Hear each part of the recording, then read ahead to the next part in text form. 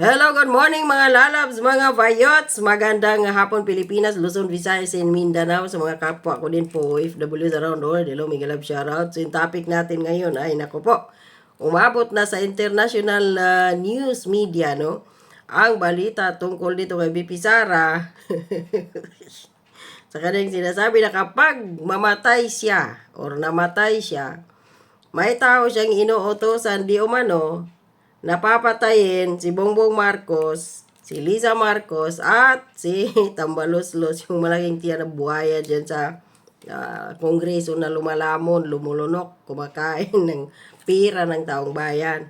So ito, panoorin po natin na dahil mayroon din sa BBC, mayroon din sa Reuters, or Reuters, basta something ganyan, basta may ters, yun na yun. Ito, balita ng Wayon News.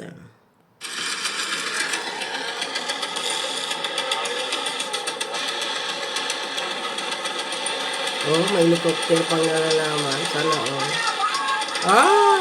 Mga nagrarally. Yung dating mga rallyista na anti-Marcos, kasabwat na nila ngayon. Magkasabwat na sila.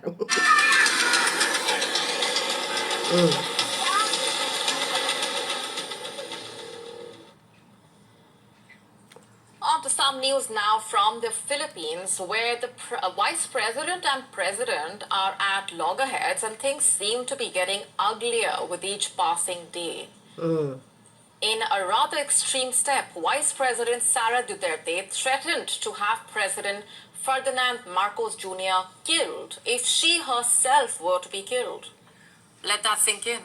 Mabuti pa itong Wayon News. Patas magbalita. Hindi kagaya ng mga mainstream media sa Pilipinas. Sa bagay, hindi na tayo magtataka dahil mga putang inang bayarang mga prostitute ang mga mainstream media sa atin. Nabusalan na ng mga millions or billions of pesos ang mga mainstream media sa atin ng taxpayers money na kung saan yun yung binabayad ng administrasyon ni Bongbong Marcos para manahimik pati dito sa mga makakaliwang grupong komunista na laging nagrarally dyan sa kalsada. Makikita ninyo ngayon wala na. Wala nang nagrarally. Bakit? Binusalan ni Liza, ni Bongbong Marcos at ni Martin Romualdez ng pira ng taong bayan ang mga animal na iyon. Kaya wala nang nagrarally ngayon. Nakikita niyo pa ba kung saan na yung si Baba, yung mahaba yung baba. Sino ba yun? Si Renato Reyes. Nagrarally pa ba ngayon? Wala na. Busog na busog ang mga yan sa pira. And following this, security agencies in the country raised safety measures and dubbed it a national concern. And what's more, on Monday, the president vowed to fight back against what he called reckless and troubling threats. Let's break it all down for you. Speaking during a morning press briefing, Duterte reportedly said that she had spoken to an assassin and instructed him to kill the president, his wife, and the House of Representatives Speaker if she were to be killed first. Ayun. Before making what is being Malinaw dito. Nakagaya ng sinasabi ni BP Sara, kapag mamatay ako, may sinabihan na ako, ma'am. Kasi nga, may nagtanong kay BP Sara that time, na isang reporter yata, na paano ka ngayon? Dahil sa ang daming mga problema ngayon, na panggigipit sa'yo, yung seguridad mo, baka may mangyari sa'yo. Yun ang sagot ni BP Sara. May kinausap na ako, ma'am, na kapag mamamatay ako, sinabihan ko na huwag kang tumigil, papatayin mo din si Liza Marcos, si Bongbong Marcos, at si Martin Romualdez. Kung mamamatay si BP Sara, yun yung kondisyon doon eh. So, national threat ba yun ngayon kay Bongbong Marcos? Hindi. Bakit? Buhay pa naman si BP Sara. Magkakaroon talaga, mamamatay talaga si Bongbong Marcos na kung saan yung ikinakatakot ngayon ni Bongbong Marcos na mamamatay siya. Bakit? Dahil hindi pa nila naagaw ang Pilipinas sa sambayan ng Pilipino. Hindi pa sila ang hari at try na doon. At si Tambaloslos, Prime Minister. Yun yung ikinakatakot ni Bongbong Marcos mamatay. At pangalawa nun, ay hindi na siya makakapag-singhot ng kanyang paboritong puting pulbos kung patay na siya. At ang pangatlo niyang ikinakatakot, kung mamatay si Bongbong Marcos, hindi na niya manakaw, malimas ang kaban ng taong bayan. Yun ang kinakatakot nila eh. Magaling itong reporter na to ng Wayon News. If or kung mamamatay si BP Sara, ay saka pakikilos yung kung sino man yung sinabihan niyang papatayin yung tatlong animal sa bansa. Called a brazen threat in a broadcast on her official Facebook page. Duterte said, and I'm quoting here, "This country is going to hell because we are led by a person who does not know how to be a president Naman. and who is a liar," quote unquote. Not just that, she warned that her alleged threats are no joke. Bakit layang? Ay, pinangako niyang 20 pesos bugas. O ano pa yung pinagsasabi niya kasinungalingan ni Bongbong Marcos last year ng kanyang zona? To all smugglers, profiteers, and hoarders, your days are numbered. Ano nangyari? Naimbestigahan ba si Michael Mann na number 1 smuggler sa Pilipinas? Hindi. Anong ginawa pa nila? Special envoy to China patago na nahuli ni Maharlika. Dahil mayroon siyang puting ahas na nagbigay ng video. Yun, doon sa Chinese parang New Year yata yun or kung ano ba pagtitipon yun eh. December yata yun basta nga yung party. Pangalawa pa, ano pa yung ibang mga kasinungalingan ni Bongbong Marcos? Meron tayong 5,500 flood controls at meron pang daang-daang ginagawa. Meron daw, malinis na daw ang Pilipinas dahil may 400,000 tons ng mga basura ang nakuha sa Metro Manila at sa iba't iba pang mga lugar. Pinacheck ni Bagyong Karina. Ano nangyari? Nalaman natin, walang flood controls.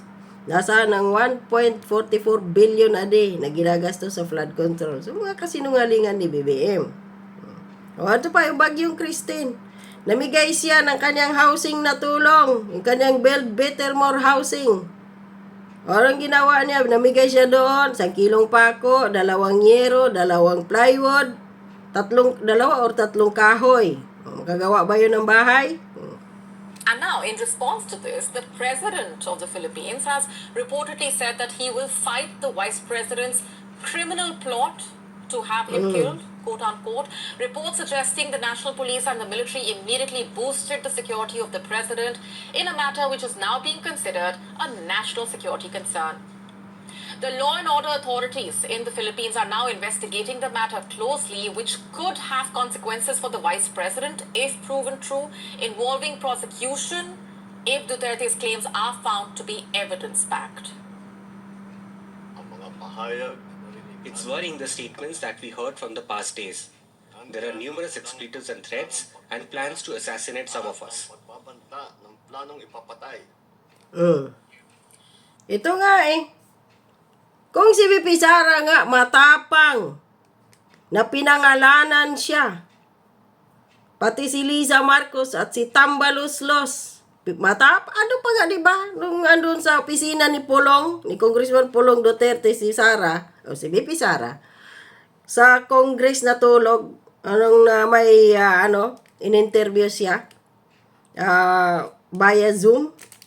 Ano sabi doon ni BP Sara? Si Martin Romualdez ay may pugo negosyo, tumatanggap mula sa mga smugglers at sa ipinagbabawal na gamot, tumatanggap ng pira. Matapang si BP Sara, pinangalanan yun. Binulgar yung baho ni Martin Romualdez. At matapang din niyang sinabi na kapag namatay ako, papatayin din si Marcos. Si Marcos Jr., duwag.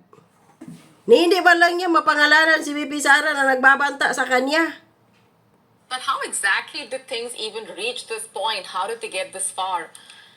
According to reports, Duterte, who is the daughter of the country's former president, Rodrigo Duterte, had previously accused President Ferdinand Marcos Jr. of incompetence. Not just that, Duterte had also said that she imagined killing the president using violent measures. This marks a widening rift between the two most powerful political families in the country. In fact, in June, Duterte resigned from the Marcos cabinet while still remaining the vice president. Reports suggest Sara Duterte and Ferdinand Marcos Jr. are at odds over foreign policy as well as former President Rodrigo Duterte's war on drugs. Over the years, the two leaders had a bitter falling out over key differences, which also includes their approaches to China's aggressive actions in the South China Sea.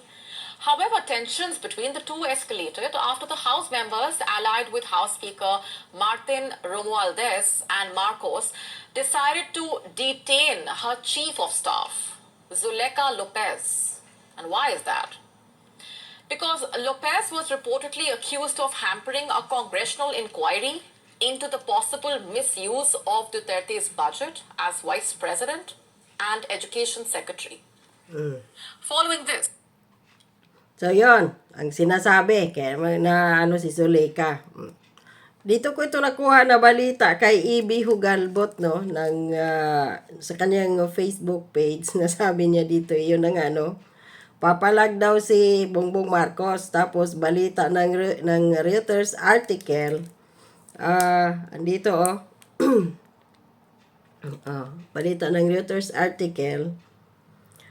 Ayon sa Reuters, in a strongly worded video message addressing the nation, Marcos did not name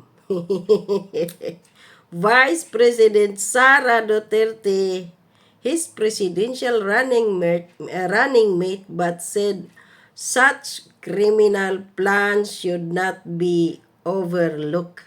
So, hindi niya kayang pangalanan si BP Sara. Dahil bakit maraming alas si BP Sara kay Bongbong Marcos at kay Liza at kay Tambaloslos.